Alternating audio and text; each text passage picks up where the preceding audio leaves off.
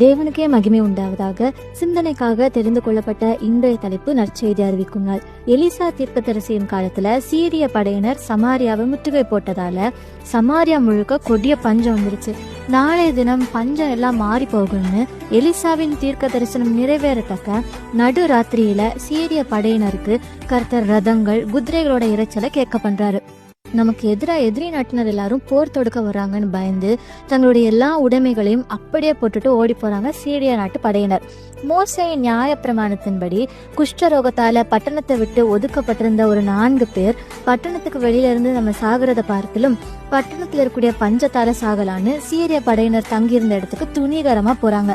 அவங்க தேசத்தை விட்டு ஓடி போன செய்தி அறிஞ்சிட்டு தங்களுக்கு தேவையான பொருட்களை சூறையாடிட்டு தாங்கள் மட்டும் சந்தோஷமா இல்லாம 2 ராஜாக்கள் 7:9 படி அந்த நல்ல செய்தியை சமாரியா முழுக்க அறிவிச்சாங்க. இதே போல கர்த்தர் உங்களுக்கு செய்யற நன்மைய எப்பவுமே பிறருக்கு சொல்ல கூச்சப்படாதீங்க. ஏன்னா நீங்க சொல்லுற ஒரு சாட்சி உங்களை போன்ற சூழ்நிலையை எதிர்நோக்கிட்டு இருக்க யாரோ ஒருத்தவங்களுடைய விசுவாசத்தை பலப்படுத்த